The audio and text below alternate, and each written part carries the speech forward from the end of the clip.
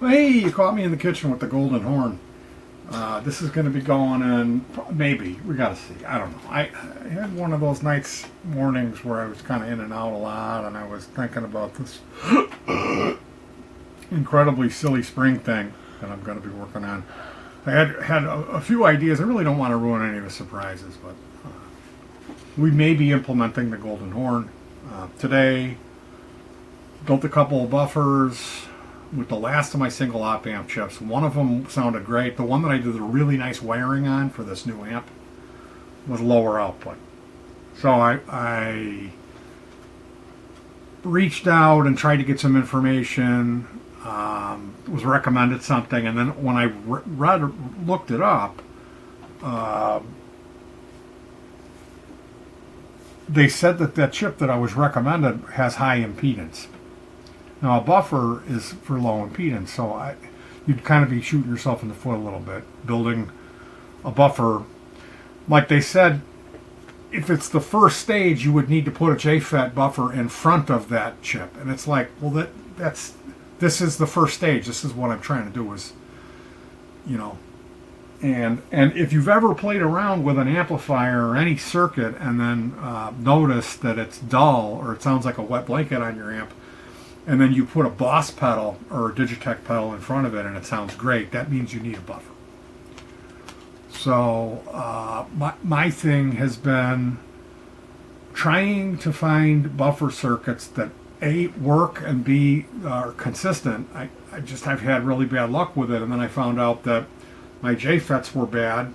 I had some fake JFETs, and then I had some capacitors that were bad too, that were the same value that I was using in these circuits. So I think what I'm going to do, there's this thing with the voltage, like a bass puts out more voltage when you're playing a bass. So if it's for a bass, you really want to run a IC chip buffer at a higher voltage for more headroom. Okay. If it's for guitar, you can get away with JFET. So I'm looking, Pedal PCB sells JFET buffer boards, which means it's like 4 resistors, a couple capacitors.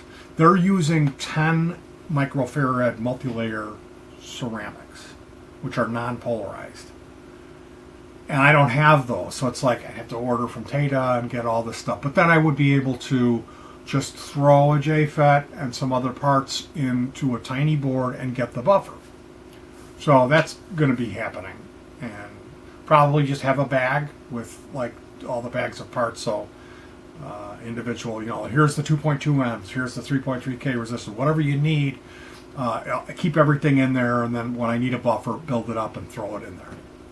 Because they're 50 cents for the PCBs, so that's a bargain. But like I said, for the bass and certain instances, like if I'm going to run it at higher voltage, like people say, oh, well, it'll work at a higher voltage.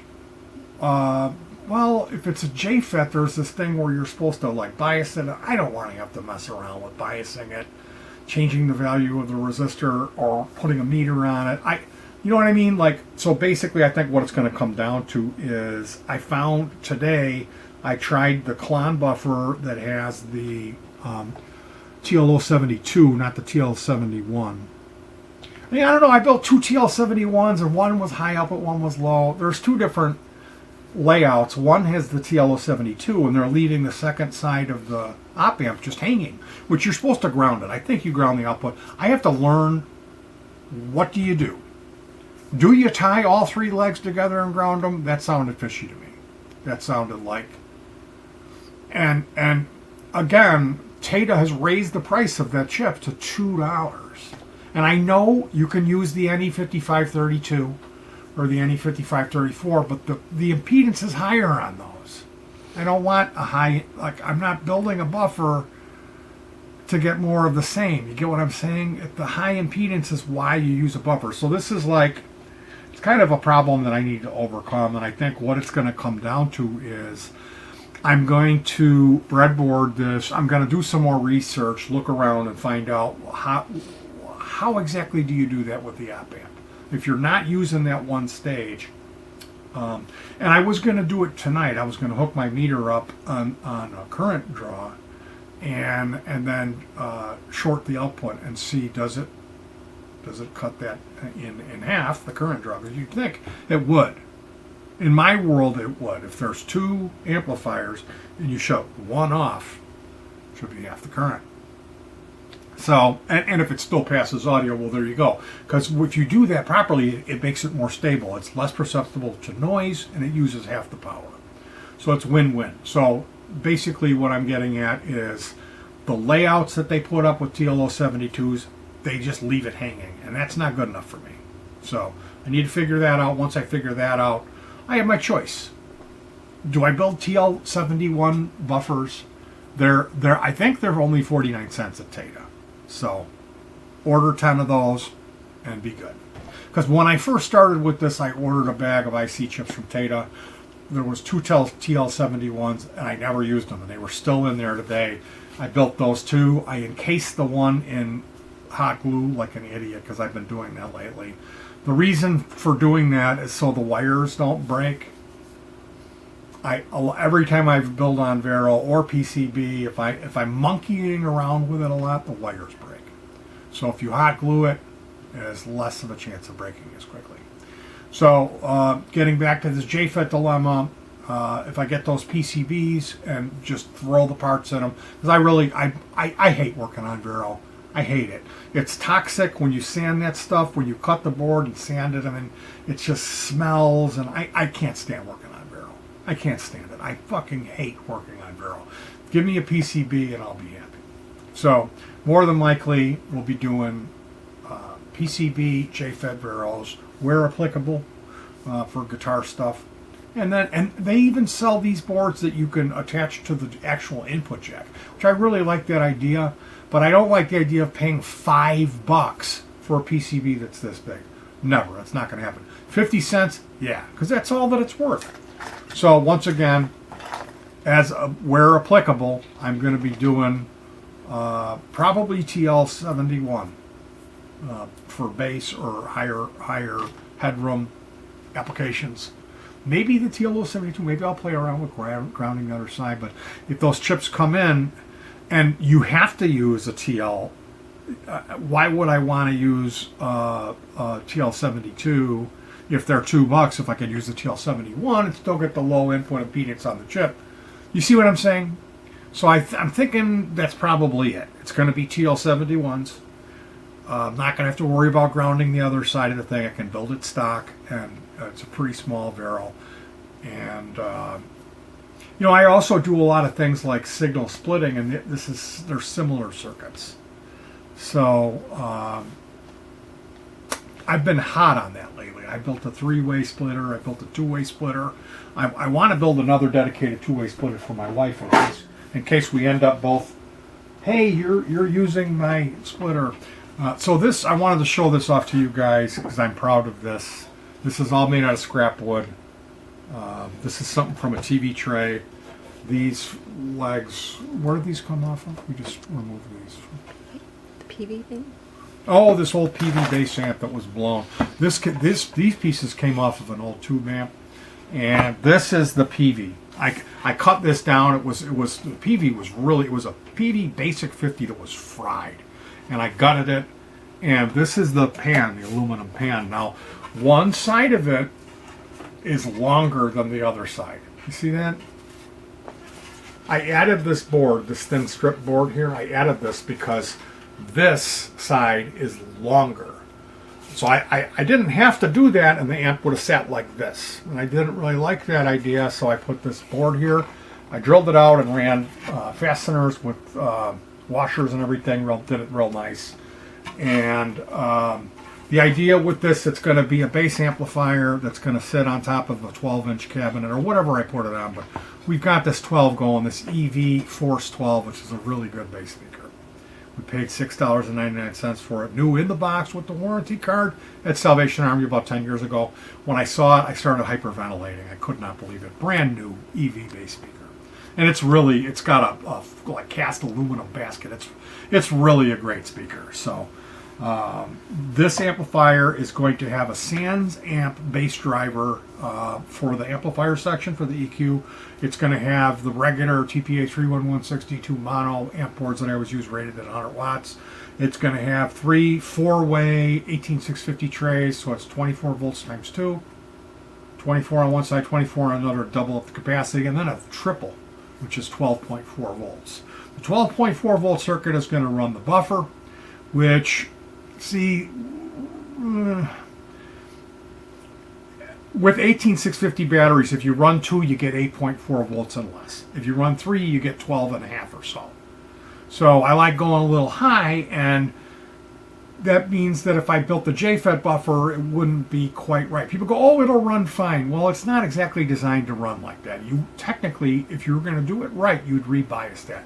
And it's that those little things where all the DIY guys are like, it'll be fine. You'll get more headroom or whatever. It bothers me. And I like to do things right. I like to do them properly.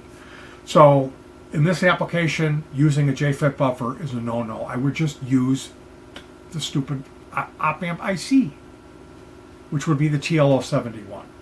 So it's going to have an input jack on the back. There's going to be a fuse, an output jack in the middle, because I put the output jack for the input jack for the speaker, and it's going to have a crossover. It's a bullet tweeter, 400 watt automotive, really nice bullet tweeter, and then an on-off switch for that to bypass that, because you don't want the bullet tweeter all the time. Sometimes you do, sometimes you don't with the bass. So there's going to be a couple switches back here. There's going to be a ground lift in case you get some hum, and then a line level, low level, like a 30 dB cut. I don't know about that. I might eliminate those. But this here, these are rare earth magnets. So inside the chassis is going to be those 3 battery packs, and then the like 3 by 4. So there's going to be 3 battery packs with 4 batteries, and then another one with 3. And the 3 battery pack is going to power the Sans amp circuit and the buffer. The other big main battery pack with the 3 by 4, that's going to be 24 volt doubled up to power the amp. So it's going to be a DP-DT switch, a pair of fuses. They're going to be external fuses. Well, not external, but they're going to be mounted in here. So I'll probably run like a 1 amp fuse and then a 5 amp. And I'm probably going to mount the circuitry to the lid, to the roof.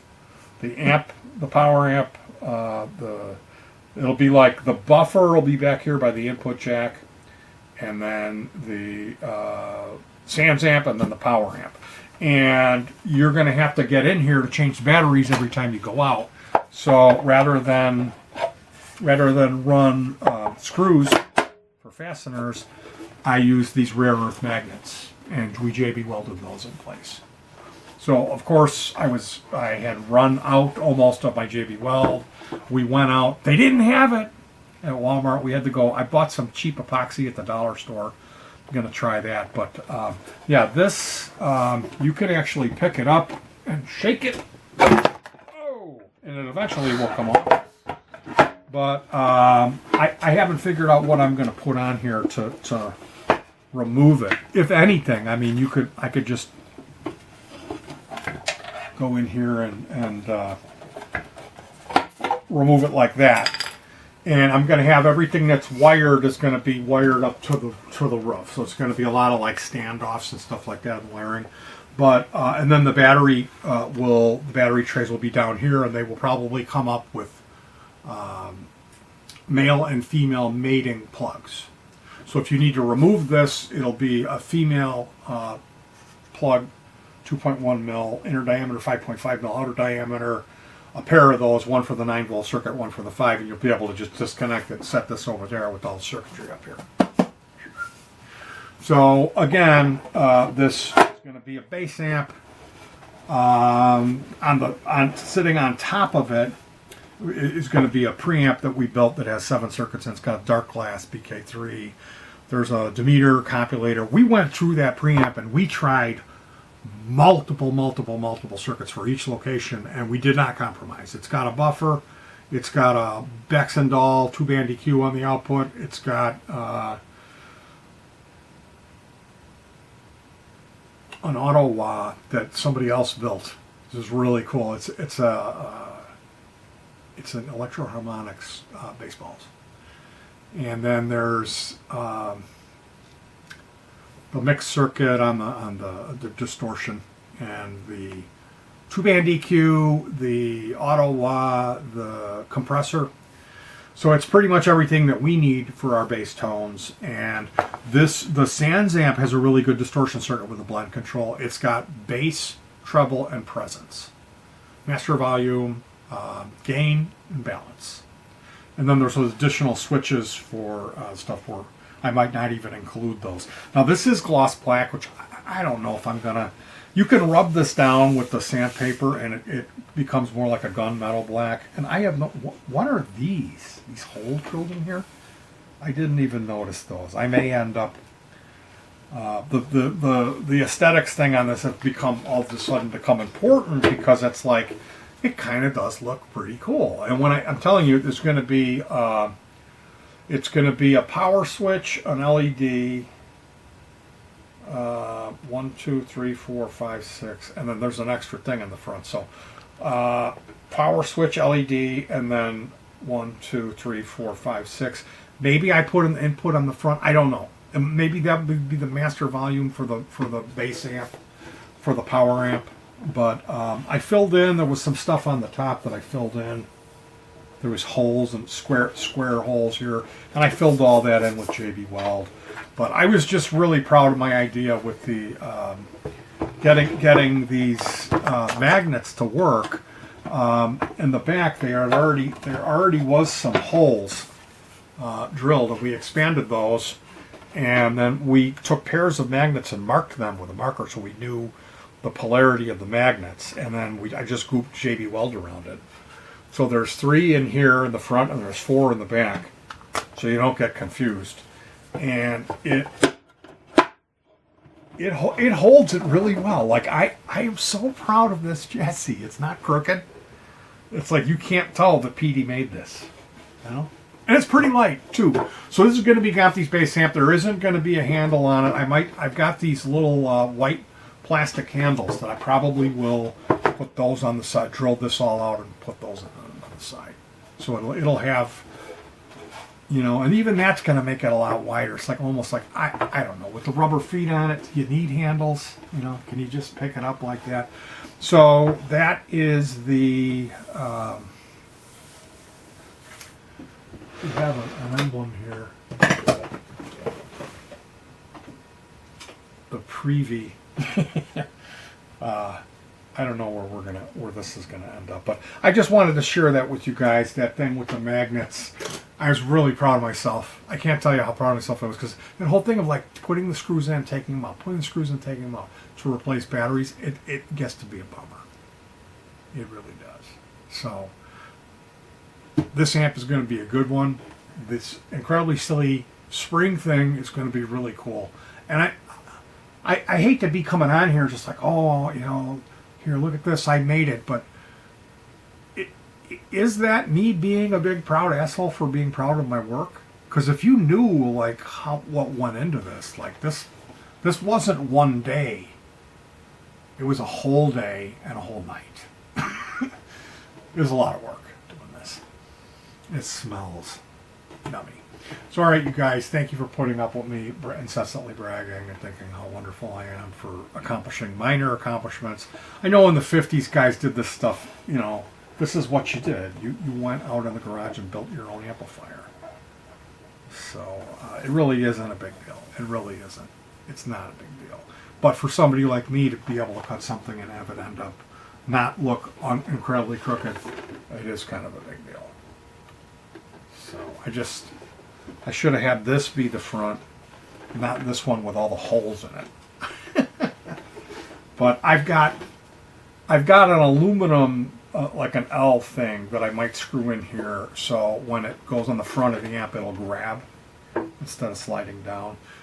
So, and that's all stuff that's off of the original, the PV. There's still stuff from the PV. The speaker grill has a couple of L brackets on it. So. We're waiting on the PCB to show up. It was $21 for the dang PCB. And nobody else carries it except for PCB Mania, Guitar PCB Mania, someplace. I think I bought from them once, I'm not sure. But yeah, Mania is right. You got something wrong with you upstairs if you're charging $21 for a Sanzan PCB. Anyway, I did a TATA order, so those parts are going to come, throw everything in there, waiting on the amplifier, and then, there's more parts coming, and this thing's going to come together in no big rush, because we're done for the season. It's too cold. We might get an Indian summer, I doubt it. So that means I've got this project, I've got the incredibly silly spring thing, what a great name, and I've got to redo the electronics in this guitar, and there's a couple guitars I might replace the potentiometers, and I've been going and getting 24 millimeter pots and getting rid of these 50 millimeter pea shooter pots. So that's what's on the menu. I do have a name picked out for an album that I'm going to begin recording. I did install PreSonus Studio One, and I'm going to be learning that software, so it's going to be a learning experience. Look forward to hearing this new album. I really don't want to give away the title, but it's a good one. It's a good one. And I can't wait to make some new music and get back to recording instead of all this other hokum. Anyway, thank you guys so much for joining me on this video where I talked about buffers and how proud I am that I'm able to cut a straight line with a saw. And you guys take care of yourselves. Stay warm, hug your pets, and peace.